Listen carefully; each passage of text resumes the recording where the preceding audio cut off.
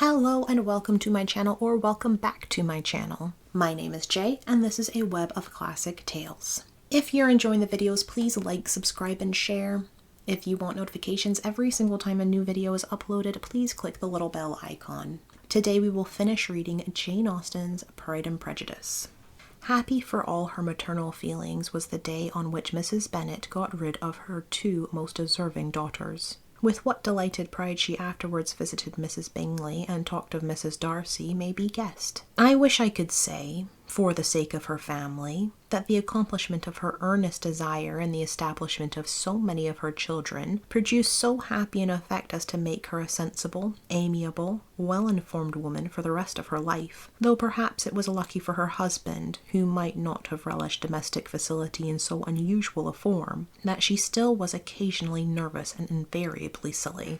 Mr. Bennet missed his second daughter exceedingly. His affection for her drew him oftener from home than anything else could do. He delighted in going to Pemberley, especially when he was least expected. Mr. Bingley and Jane remained at Netherfield only a 12-month. So near a vicinity to her mother and Meryton relations was not desirable, even to his easy temper or her affectionate heart. The darling wish of his sisters was then gratified. He bought an estate in a neighbouring country to Derbyshire, and Jane and Elizabeth, in addition to every other source of happiness, were within 30 miles of each other. Kitty, to her very material advantage, spent the chief of her time with her two elder sisters. In society so superior to what she had generally known, her improvement was great. She was not of so ungovernable a temper as Lydia, and removed from the influence of Lydia's example, she became, by proper attention and management, less irritable, less ignorant, and less stupid. From the further disadvantage of Lydia's society, she was of course carefully kept, and though Mrs. Wickham frequently invited her to come and stay with her, with the promise of balls and young men, her father would never consent to her going. Mary was the only daughter who remained at home, and she was necessarily drawn from the pursuit of accomplishments by Mrs. Bennet's being quite unable to sit alone. Mary was obliged to mix more with the world, but she could still moralize over every morning visit, and as she was no longer mortified by comparisons between her sister's beauty and her own, it was suspected by her father that she submitted to the change without much reluctance. As for Wickham and Lydia, their characters suffered no revolution from the marriage of her sisters. He bore with philosophy the conviction that Elizabeth must now become acquainted with whatever of his ingratitude and falsehood had before been unknown to her, and in spite of everything, was not wholly without hope that Darcy might yet be prevailed on to make his fortune. The congratulatory letter which Elizabeth received from Lydia on her marriage explained to her that, by his wife at least, if not by himself, such a hope was cherished.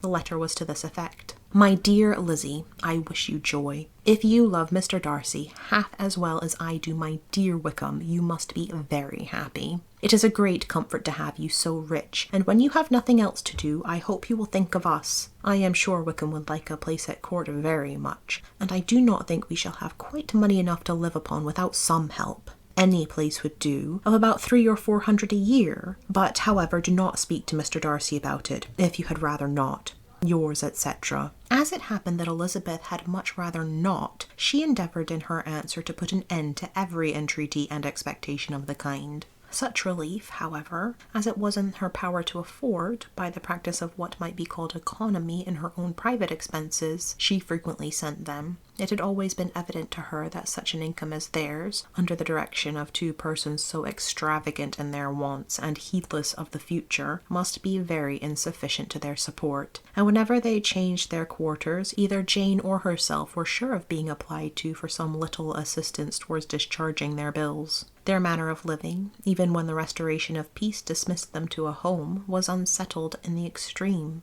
They were always moving from place to place in quest of a cheap situation, and always spending more than they ought. His affection for her soon sunk into indifference. Hers lasted a little longer, and in spite of her youth and her manners, she retained all the claims to reputation which her marriage had given her. Though Darcy could never receive him at Pemberley, yet, for Elizabeth's sake, he assisted him further in his profession. Lydia was occasionally a visitor there, when her husband was gone to enjoy himself in London or Bath, and with the Bingleys, they both of them frequently stayed so long that even Bingley's good humour was overcome, and he proceeded so far as to talk of giving them a hint to be gone. Miss Bingley was very deeply mortified by Darcy's marriage, but as she thought it advisable to retain the right of visiting at Pemberley, she dropped all her resentment, was fonder than ever of Georgiana, almost as attentive to Darcy as heretofore, and paid off every arrear of civility to Elizabeth.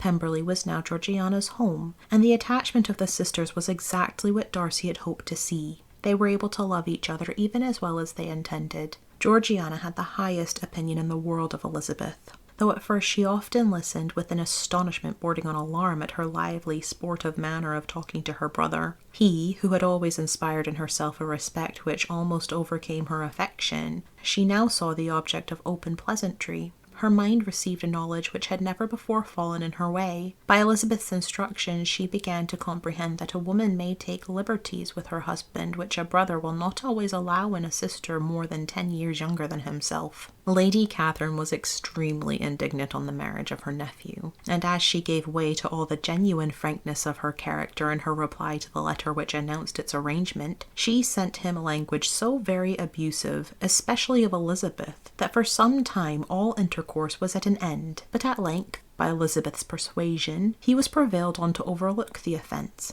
and to seek a reconciliation. And, after a little further resistance on the part of his aunt, her resentment gave way, either to her affection for him, or her curiosity to see how his wife conducted herself, and she condescended to wait on them at Pemberley, in spite of that pollution which its woods had received, not merely from the presence of such a mistress, but the visits of her uncle and aunt from the city. With the Gardiners, they were always on the most intimate terms. Darcy, as well as Elizabeth, really loved them, and they were both ever sensible of the warmest gratitude towards the persons who, by bringing her into Derbyshire, had been the means of uniting them.